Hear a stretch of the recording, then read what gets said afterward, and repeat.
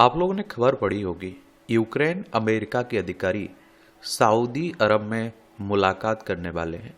और आप देखिए, रूस यूक्रेन के बीच जो युद्ध चल रहा है ना, इससे की शांति के लिए, ये समझौता होने के लिए ये मीटिंग हो रही है एक तरह से। अब सवाल आता है कि सऊदी अरब और कतर में इतने शांति समझौते आखिर क्यों होते हैं। इसकी पड़ताल हम लोग करते हैं। देखिए, ये हमारी प्यारी पृथ्वी है। इसमें आप देखिए, एशिया में हमारा प्यारा भारत है। ये आप लोगों को रूस दिखाई दे रहा है, ये यूक्रेन दिखाई दे रहा है। यहाँ आप लोगों को कतर देखने को मिल जाएगा, ये है कतर। ये आप देखिए, सऊदी अरब आपको देखने को मिल जाएगी। ये फारस की खाड़ी है, ओमान की खाड़ी है। और आप लोग देखेंगे, ये आपको अमेरिका देखने को मिलेगा। कहाँ है? ये यूएसए आपको देखने को मिल जाएगा। और यहाँ आप लोगों को इजराइल देखने को मिल जाएगा। देखिए, इजराइल है, ये भूमध्य सागर है, ये लाल सागर आपको देखने को मिल रहा है। तो सऊदी अरब के क्राउन प्रिंस मोहम्मद बिन सलमान के अमेरिकी राष्ट्रपति डोनाल्ड ट्रंप और रूस के राष्ट्रपति व्लादिमीर पुतिन दोनों से अच्छे संबंधों की इस अहम भूमिका है। और सऊदी अरब ने कहा है कि वो रूस यूक्रेन के संघर्ष में मध्यस्थ के तौर पर सक्रिय भूमिका निभाएगा। सऊदी अरब के पड़ोस में मौजूद कतर भी पिछले 2 दशकों के दौरान दुनिया भर में मध्यस्थता करने वाले देश के तौर पर उभरा है। इजराइल हमास के बीच गाजा में युद्ध विराम करवाने में भी इसकी अहम भूमिका निभाई है। और इससे पहले भी कतर ने कई शांति समझौते करवाया। अब बात आती है कि आखिर सऊदी अरब और कतर को ही अंतर्राष्ट्रीय संधि समझौते के लिए क्यों चुना जाता है। क्या इसकी वजह से दोनों के बीच दुश्मनी भी पैदा हुई है? सऊदी अरब की अगर हम लोग भूमिका की बात करें, तो सऊदी अरब ने हूती विद्रोहियों पर हवाई हमले और गोले दागकर यमन के गिरोह में दखल दिया था। दशकों तक अपना आक्रामक रुख बरकरार रखने के बाद सऊदी अरब ने अब शांति समझौता कराने की भूमिका अपनाई है। 2015 में सऊदी अरब ने यमन के गृह युद्ध में वहां की मौजूदा सरकार का साथ दिया था। सरकार के खिलाफ लड़ रही हूती विद्रोहियों पर उसने हवाई हमले किए थे और गोले दागे थे। 2017 में लेबनान सरकार ने सऊदी अरब पर आरोप लगाया था कि उसने उसके प्रधानमंत्री सैयद अल हरीरी को हिरासत में लिया था। लेबनान ने कहा था कि सऊदी अरब उसके प्रधानमंत्री पर मुकदमा चलाकर उन्हें इस्तीफा देने के लिए मजबूर करने की कोशिश की। 2018 में सऊदी सरकार के मुखर आलोचक पत्रकार जमाल खशोगी की इस्तांबुल में सऊदी अरब की दूतावास में हत्या कर दी गई थी। वॉशिंगटन स्थित मिडिल ईस्ट इंस्टीट्यूट के पॉल सलेम ने बीबीसी से कहा, शुरुआत में मोहम्मद बिन सलमान की नेतृत्व शैली से टकराव पैदा किया। हालांकि अब सऊदी अरब के नेतृत्व ने महसूस किया कि वो टकराव बढ़ाने की तुलना में शांति के लिए मध्यस्थता कर बड़ी भूमिका निभा सकता है। और मध्य पूर्व के मामलों के एक्सपर्ट और अमेरिकी थिंक टैंक वॉशिंगटन इंस्टीट्यूट से जुड़ी एलिजाबेथ डेंट का कहना है कि सऊदी अरब का मकसद मध्य पूर्व में स्थिरता को बढ़ावा देना है। यही वजह है कि वो शांति समझौते में मध्यस्थता कर रहा है। और देखिए, मध्यस्थ कौन बनता है? जिसका दोनों पक्षों से बनती हो। और डेंट ने बीबीसी को बताया कि दरअसल ये उसकी सोची समझी रणनीति का हिस्सा है। सऊदी अरब अब तेल निर्यात पर अधिक निर्भरता खत्म करना चाहता है और वो चाहता है कि इकोनॉमी के नए सेक्टर विकसित किए जाएं।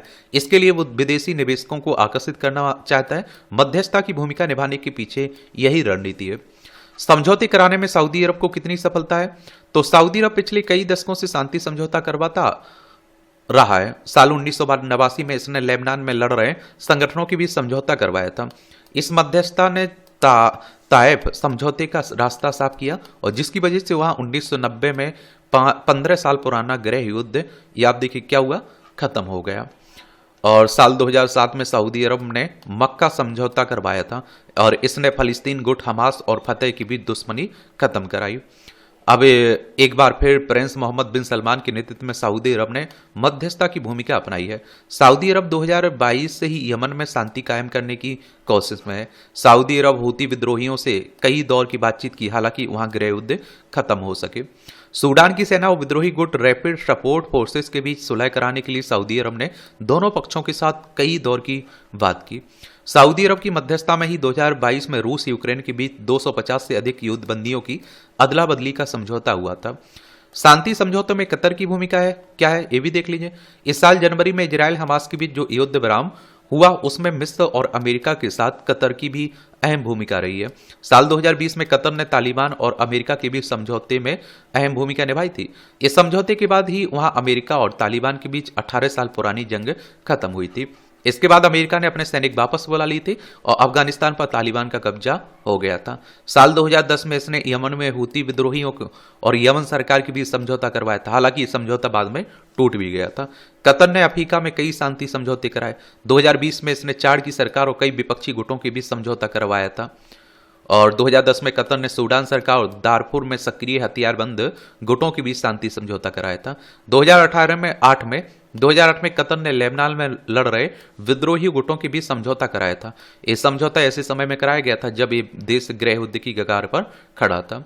कतर शांति समझौते क्यों कराना चाहता है? 1995 में हमाद बिन खलीफा अल थानी कतर के शासक बने। इसके साथ ही कतर ने शांति समझौते में अहम भूमिका निभानी शुरू की। अल थानी 2013 तक सत्ता में रहे। मध्यस्थता की भूमिका निभाने के पीछे कतर का एक अहम मकसद था। कतर का खाड़ी में बड़ा गैस रिजर्व है और इन्हें नॉर्थ होम और साउथ पार्स फील्ड कहा जाता है और इसकी खोज 1990 में हुई थी। लंदन में रॉयल यूनाइटेड सर्विसेज इंस्टीट्यूट के डॉक्टर H.A. हेलियर कहते हैं कि चूंकि ये गैस रिजर्व कतर और ईरान दोनों के जल क्षेत्र में फैला हुआ है, इसलिए ईरान के साथ सहयोग करना उसकी मजबूरी थी।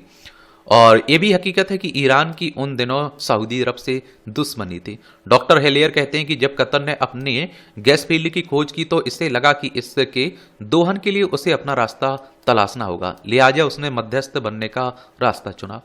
वो कहते हैं कि कतर को लगा कि अगर वो अलग अलग देशों के बीच शांति समझौता कराता है तो वाकई कई देशों के साथ अपना नेटवर्क बेहतर बना सकता है और इससे उसके प्रति समर्थन बढ़ सकता है। कतर ने 2004 में जो संविधान अपनाया उसमें आप देखिए मध्यस्थता की भूमिका निहित है।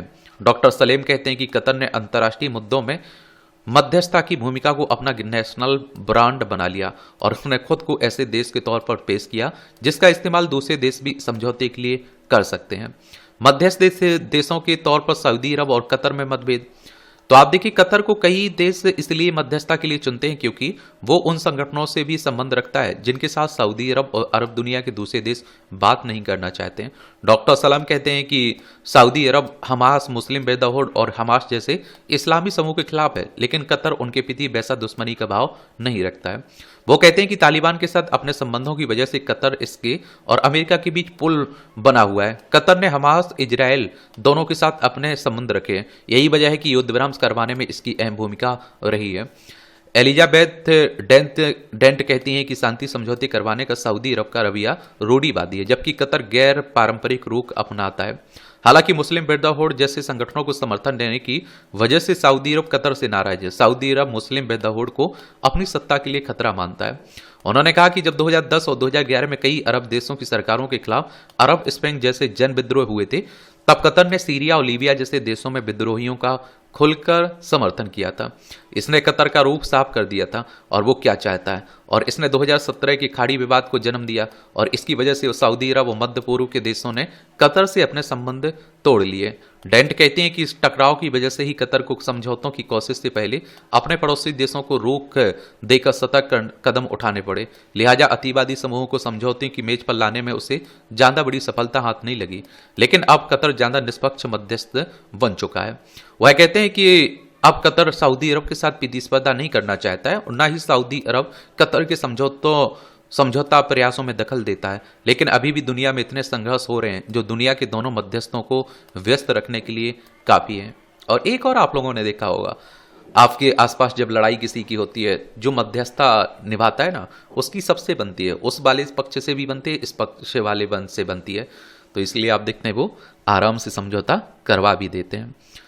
चलिए, अब आपका कोई सवाल हो, मेरे लिए सुझाव हो तो बता सकते हैं।